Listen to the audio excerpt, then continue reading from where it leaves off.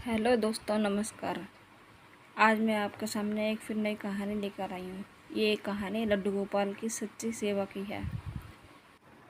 ऐसे भक्त की है जो निस्वार्थ भाव से अपने प्रभु की सेवा में लीन रहती है। अनजाने में ही सही, लेकिन वो कुछ ऐसा कर जाती है जो सिर्फ एक सच्चे भक्त ही कर सकते हैं। दो महिला थी, एक हिंदू धर्म की और दूसरी जैन धर्म की थी। दोनों अपने धर्म के हिसाब से प्रभु की आराधना किया करती थी। फिर भी श्री कृष्ण की बाल स्वरूप लड्डू गोपाल की अपार कृपा उस पर बरसती थी। तो चलिए अब इस कहानी का आरंभ करते हैं। एक समय की बात है कि एक गांव में दो वृद्ध स्त्रियां रहती थी। दोनों इस जगत में कोई नहीं था। वे दोनों एक दूसरे का सहारा बनकर बड़े प्रेम भाव से रहती थी। हालांकि उनमें से हिंदू धर्म की महिला थी।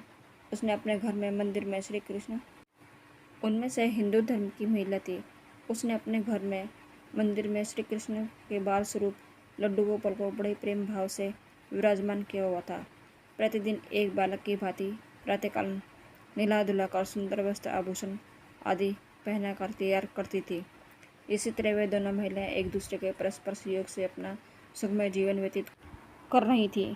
वे दोनों जब पूजा पाठ एवं सभी कामों से मुक्त होती, तब बचा हुआ समय एक दूसरे के साथ सुख दुख बांटते हुए व्यतीत करती थी। कुछ समय बीतने के बाद सावन मास में हिंदू महिला को तीर्थ यात्रा पर जाने का अवसर मिला।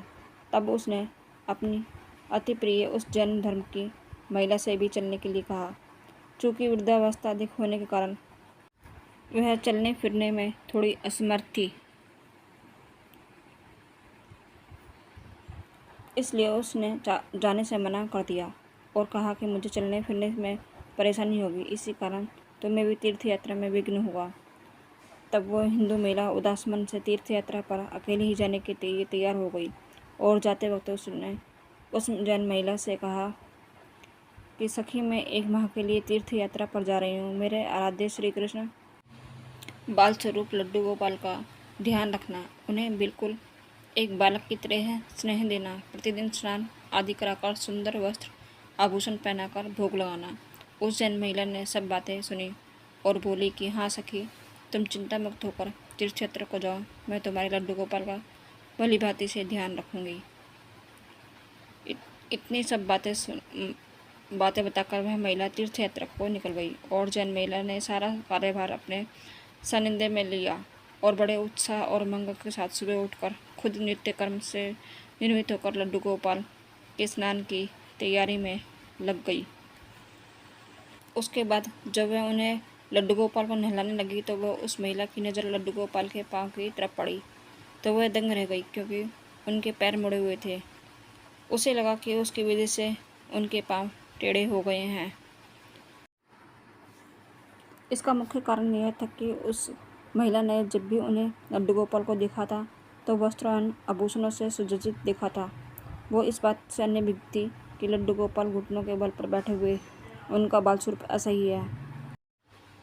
बहुत परेशानी हो गई और सोचने लगी कि मैं अपनी सखी से ये क्या कहूँगी। उसने इतने विश्वास के साथ मुझे ये जिम्मेदारी दी थी और मैंने लड्डू गोपाल की देखभाल सही से नहीं की। ये सब सोचकर वह चिंतन में बैठी हुई थी। उसे याद आया कि उसकी सखी ने एक कहा था कि लड्डू गोपाल सिर्फ एक प्रतिमा ही नहीं बल्कि जीवित होते हैं। बस फिर क्या था। उसने निश्चय किया कि प्रतिदिन उनके पैरों की मालिश करेगी और वह दिन में कई बार ऐसा ही करने लगी। और जैसा ही श्री कृष्ण का स्वभाव है, वो है कि इतना कृपालु दयानिधन उस वृद्ध महिला की इस नादान भक्ति से वशीभूत होकर उन्होंने उस पर अपनी अपार कृपा लुटा दी। और एक दिन वह महिला रोज की भांति प्रातःकाल उठकर लड्डू गोपाल को नहलाने का प्रबंध कर ही रही थी